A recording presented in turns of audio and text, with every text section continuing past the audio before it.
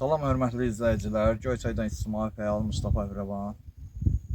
Mənə müraciət edən Göyçay rayon Qaraxıdır kənd sakini Səlmov Elnur Eynullaoğlu bildirir ki, qaz sayğacı olub burada, bunu açıblar, aparıblar.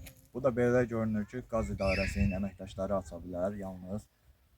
Bu günlərim günün birinci yarısında qaz idarəsində olmuşuq. Bizə məlumat verilir ki, o qaz sayğacı yerindədir, açılmayıb.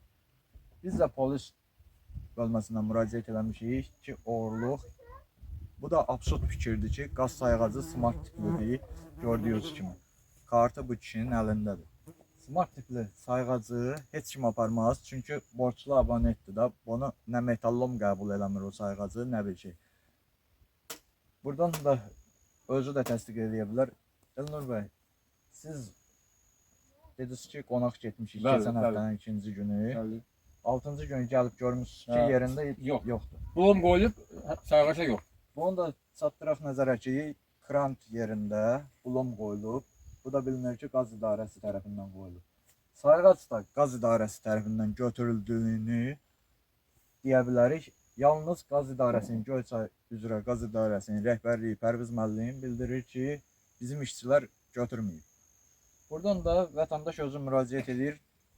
İndi siz də deyin, yəqin ki, kömək istəyirsiniz bu barədə. Müəllim, bu bulumu, yağı ki, kimsə bu kətçi-mətçi qoya bilməz. Bunu ancaq qaz işçisi qoya bilir. Qaz işçisi bunu qoyub, həmən gündə şot çıxıb, açıb aparablar. Satıb var, nə bilmirəm, kiməsə satıb var, neyib, bilmirəm.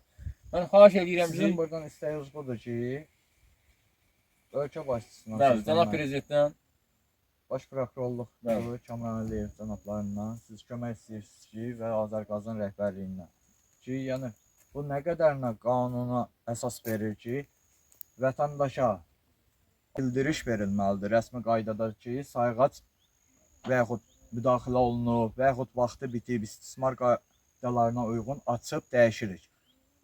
Açsalar da belə təmin edilməyib. Bu günlər vətəndaş bildirir ki, himayəsində az yaşlı uşaqları var, qazla keçinir də. Bugünkü gündə gəlib, həftənin 6-cı günü evinə gələndən bəri qaz sayğacı olmadığından qazdan məhrum olub. Bunu da buradan səslənəm, mən də öz adımdan səslənəm Azərqazın rəhbərliyinə, cənab prezidentimizə, baş prokuror Kamran Əliyevdən xahiş edirik ki, bu işə qanuni qaydada bir əncam qılınsın, vətəndaşın qazla təmin edilsin. Buradan da dərin təşəkkür edirəm əvvəlcədən.